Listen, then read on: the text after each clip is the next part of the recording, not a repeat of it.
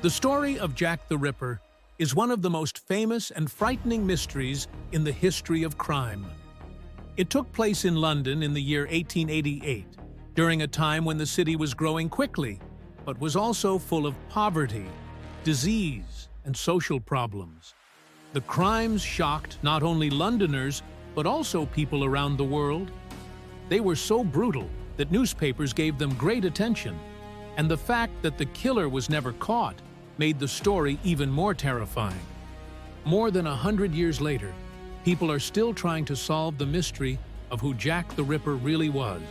To understand why these crimes were so disturbing, it is important to know about the area where they happened. The murders took place in Whitechapel, a poor district in the East End of London. Whitechapel in the late 19th century was overcrowded, dirty, and dangerous. The streets were often dark and narrow, and many people lived in small, unhealthy rooms.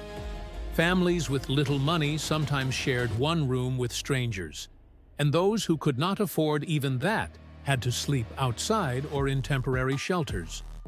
Diseases spread quickly, and crime was common. The police presence was limited, and many crimes went unpunished. Women living in Whitechapel faced particularly hard challenges. Because jobs were scarce and poorly paid, many women had no way to support themselves. For some, the only option to survive was sex work. This was risky and unsafe, especially at night in the dark alleys of the East End. These women became easy targets, and the killer, who became known as Jack the Ripper, chose them as his victims.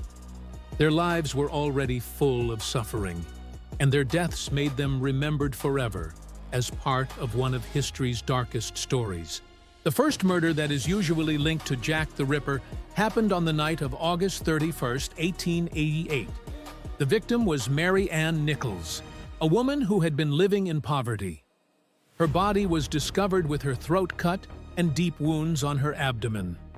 Just over a week later, on September 8th, another woman named Annie Chapman was found murdered in a backyard.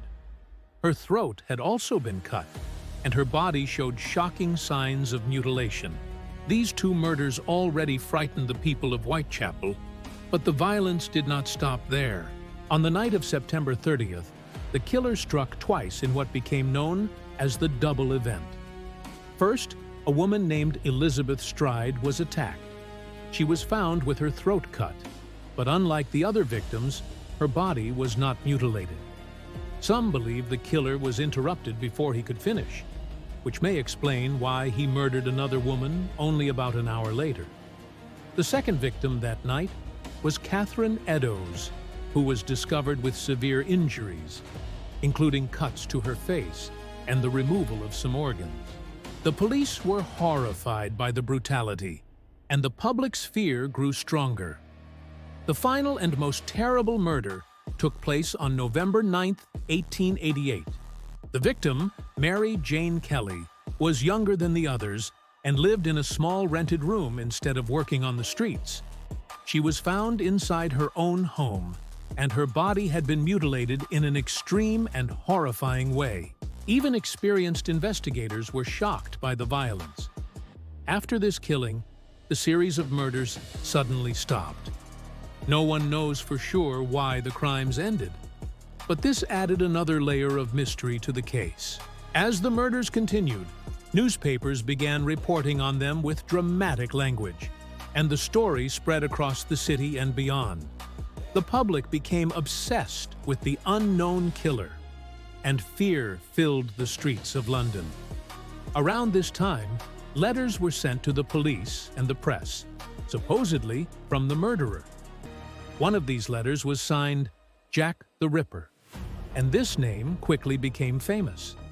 The letter described the crimes in a mocking tone, and whether it was truly written by the killer or not, it gave the murderer a terrifying identity.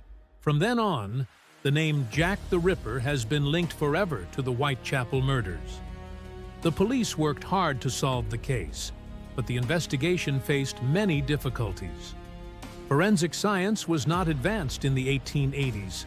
There were no ways to analyze fingerprints or DNA, and photographs were not commonly used to record crime scenes. Investigators had to rely mostly on witness statements and physical evidence like footprints or bloodstains, which were often unreliable. The police interviewed hundreds of people and followed many leads, but they were unable to find the killer. Some witnesses claimed they had seen a suspicious man with one of the victims, but their descriptions were vague and often contradictory. The investigation was further complicated by the flood of letters claiming to be from the murderer. The most famous were the Dear Boss letter, which introduced the name Jack the Ripper, the Saucy Jackie postcard, and the From Hell letter. The last of these came with half of a human kidney, which matched the fact that one of the victims had had a kidney removed. Some experts believe this letter may have been genuine, but others argue it was just another cruel hoax. In total, the police received hundreds of letters, most of which were proven to be fake. Sorting out which ones were real, if any, was almost impossible. Because the killer was never caught, theories about his identity have been created and debated for more than a century. Many people believe he was a local man who lived in Whitechapel and knew the area well. Others suggest he might have been a doctor or a butcher because of the way he cut his victims' bodies.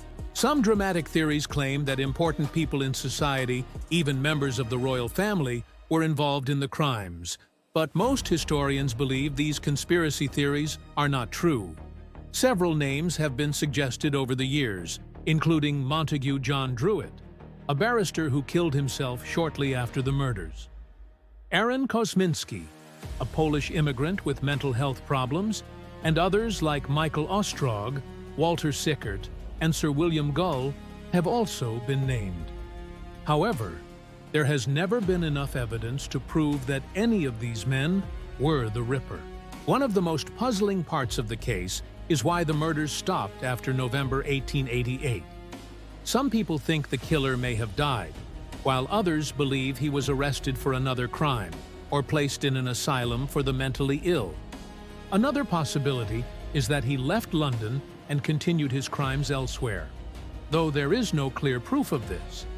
It is also possible that he simply chose to stop, though this seems less likely given the nature of the killings.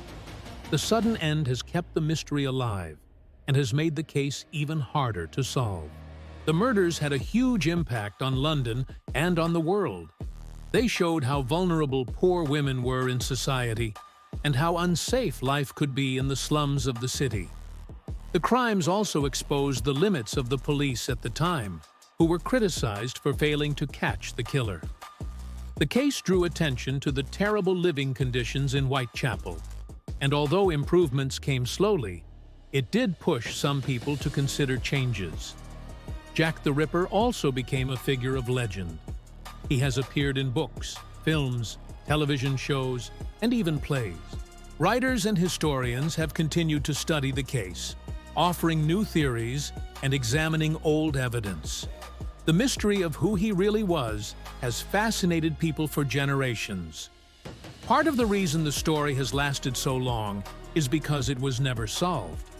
If the killer had been caught, the case would have been closed.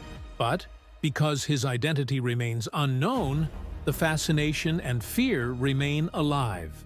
There are several reasons why the case remains unsolved. The lack of forensic science at the time made it extremely difficult to gather useful evidence. The police forces of London were divided into different groups that did not always cooperate, which weakened the investigation. Whitechapel itself was a difficult place to investigate because of its crowded and confusing streets, where it was easy for someone to disappear. Finally, the victims were poor women whose lives had not been highly valued by society, and this may have influenced the seriousness with which the authorities treated the crimes at first. The story of Jack the Ripper continues to chill people even today. The image of a shadowy figure walking through the foggy streets of Victorian London, choosing his next victim, is frightening because it represents the unknown. The murders were not just acts of violence, but also acts that challenged society's sense of safety and order. They remind us how dangerous the world can be, and how, even in a crowded city, someone can commit terrible crimes and remain hidden. In conclusion, Jack the Ripper remains one of history's most haunting mysteries. His crimes shocked Victorian London and continue to capture the imagination of people today. The combination of brutal killings, desperate victims, and the failure to catch the murderer created a story that has lasted for more than a century. The unanswered question of who Jack the Ripper really was ensures that his story will never be forgotten. The case remains chilling, not only because of the violence, but also because it shows how sometimes the most terrible secrets remain unsolved forever.